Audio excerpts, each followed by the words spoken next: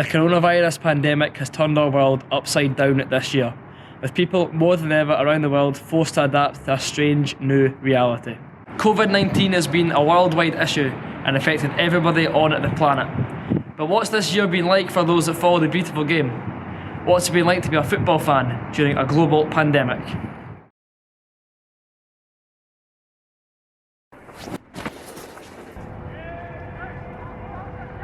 Right then, welcome along to the Pilton San Siro, about to get underway, about 10 minutes before kick-off. Now we've got a wee secret method to help us get to our vantage point, because normally we're not tall enough to reach the box. However, we've got a plan, and hopefully it's still stashed in the bushes. Let's find out.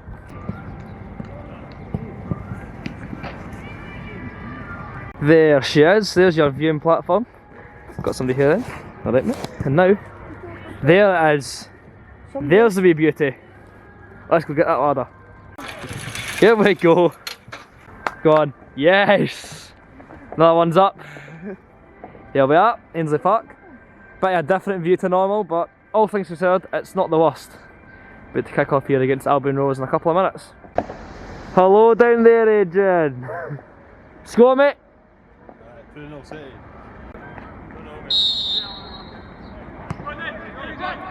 And we are underway here at Ainsley Park.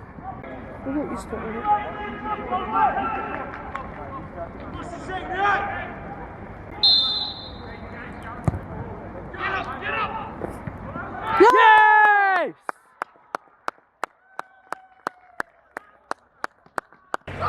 Craig Thompson for delivery, part 2.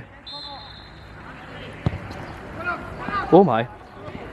Oh my god, he's done it again!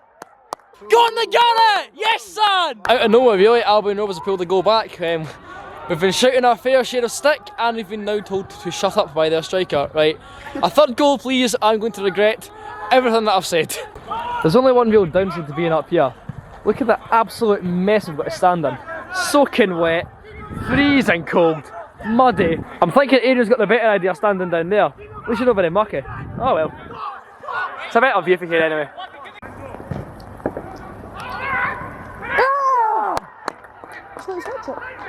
Sure, not another goal.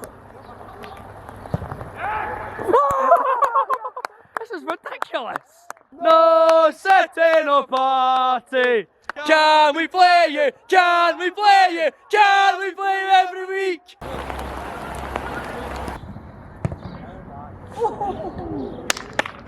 What are you doing? Half time here at a very cold Ainsley Park. Edinburgh City 4, Albion Rovers 1. I think it's clean. Was he offside, eh? He was, yeah, he was definitely offside, yeah. Rovers could have scored another couple or not, eh? Hardly an ideal start to the second half. Albion Rovers have now pulled the goal back. The score is now 4-2. From over here. What other wonders has John retrieved from the wilderness? Outstanding.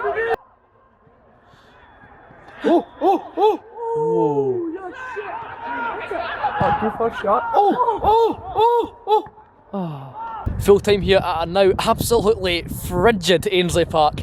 Edinburgh City come out comfortable winners in the end. I'm going to get home, warm up and chat some more about the game. See you in a bit. Well, I won't lie, I'm still trying to thaw out from that game at Ainsley Park today. But to be honest, it was a refreshing experience going to watch football during these testing times. Don't get me wrong, see when it's back at a full stadium, everyone's back to normal, it'll be absolutely fantastic. But today, what was there? There was company, there was live football, there was goals galore, drama, and we were actually there to see it. And to be honest, for now, that'll do me just fine. Unfortunately, not every week in this pandemic am I lucky enough to be able to attend a game in person. The vast majority of my time on Saturdays at 3 o'clock is spent in my bedroom watching the game via a live stream. However, I'm being productive with it and I'm running my own live watch-alongs to involve my audience in watching the football with me, get them involved, and get them chatting, because to be honest, the community aspect of watching our team is what we really miss the most during all of this. And these live streams are designed to bring people together and get that social aspect back into the football. I'm going to run you behind the scenes of my Hearts live stream against Queen of the South. Let's go. Right here you've got the pretty recognisable setup by now. Got the scarves on the side, flag behind me, and this is my setup that I use to stream. It's pretty simple, It's just my laptop hooked up to a monitor. I'm going to show you how I get the software set up right now. Here we are, all set up and logged in to watch the game. On the left hand side I've got StreamYard, my streaming software, and in there we've got my broadcast studio that I'll be entering shortly to begin the live broadcast. And on the right hand side it's just the Hearts TV video feed, so I can watch and commentate on the game. I'm going to get into the live broadcast right now and get chatting to you guys live on air. See you all after the game. Naismith, what a goal! Oh my life! Walker shoots. Goal! 4-1, Jimmy Walker! Goal! Johnson Elliott takes the net off! Well, that was fun, wasn't it? Hearts scoring 6 goals today past Queen of the South. An excellent performance all round. Hope you enjoyed a little insight into seeing what it's like for me to stream from home. Obviously, it's not quite as good as seeing the games in person, but hopefully these streams are bringing together through a pretty tough time for us football fans. Tynecastle Stadium announcer Scott Wilson is one of the privileged few who've been able to attend games during the pandemic situation when everyone else has been stuck at home watching games on live stream. I caught up with Scott for a quick chat on what it's like to be there when nobody else is. I'm delighted to be joined by Tynecastle's favourite son and stadium announcer, Scott Wilson. How you doing, Scott? I'm fine, Aaron. Thank you very much indeed. But dubious intro there. I don't know whether I'm the favourite son, but I'm a son, I guess.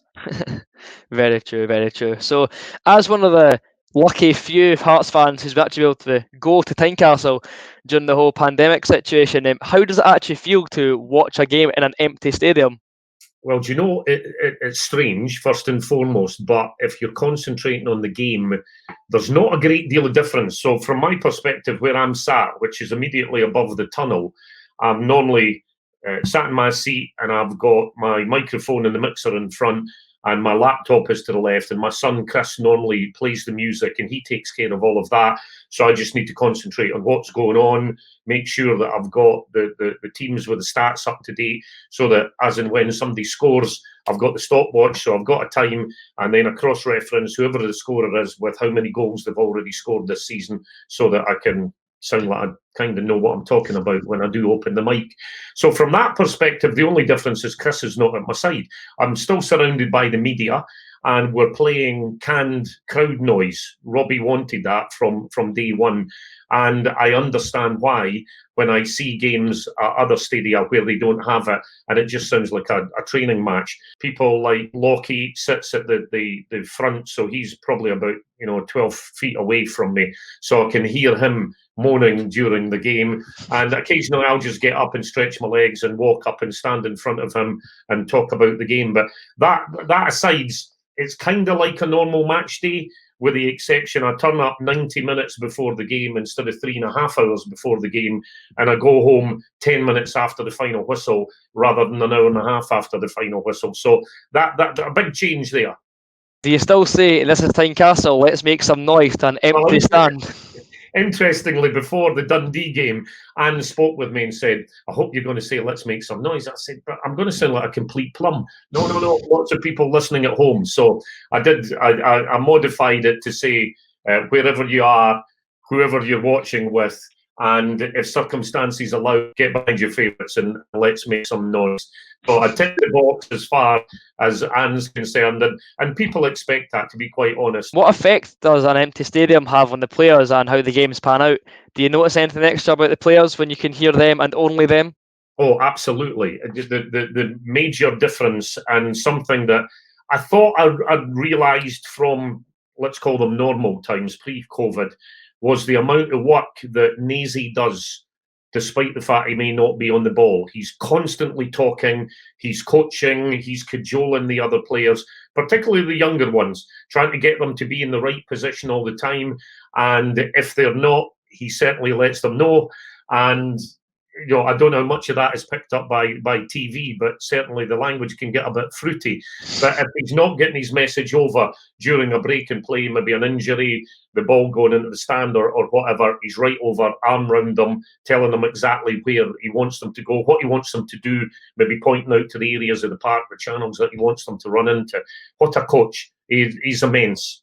And I'm amazed, and I'm no prude, don't get me wrong, I'm no choir boy, but some of the language that the players use towards the linesmen and the referees and get away with it is just remarkable. The other great thing, the Alloa game, I can't remember the player's name, but he was on at the linesman the whole game. Lino, are you watching this? Lino, how did you get that wrong? And it was hilarious, absolutely hilarious. So I'm seeing and more importantly, hearing things now that I didn't hear pre-COVID. How important do you feel it is to have fans back whenever that's safe, even if it's a small number? What difference would that make? It would be a massive difference, absolutely. And I think the players would get a lift from that, because it must be difficult for them. If they're concentrating, absolutely no problem. But having been a professional, didn't make it semi-professional then in my day, but I was a goalie. I was very aware of what happens when you drop out, when you stop concentrating. For an outfield player, I think it's much easier to be in the zone all the time. But if you're not, maybe you're not involved, let's say hypothetically you're on the left wing, but everything's going up the right, you're making the runs, you're not getting the ball, easy to tune out. And at that point, you just look around the stands and you must think, it's certainly not the same. So even to have 10% of the capacity, 2,000 in there or something off that ilk, that would make such a big difference. Football fans right now are facing what seems like an endless wait to get back into the stadiums. However, with news of the vaccine, the future's looking bright, and hopefully we'll all be reunited in a stand near you very soon. Until that day, stay safe and thanks for watching.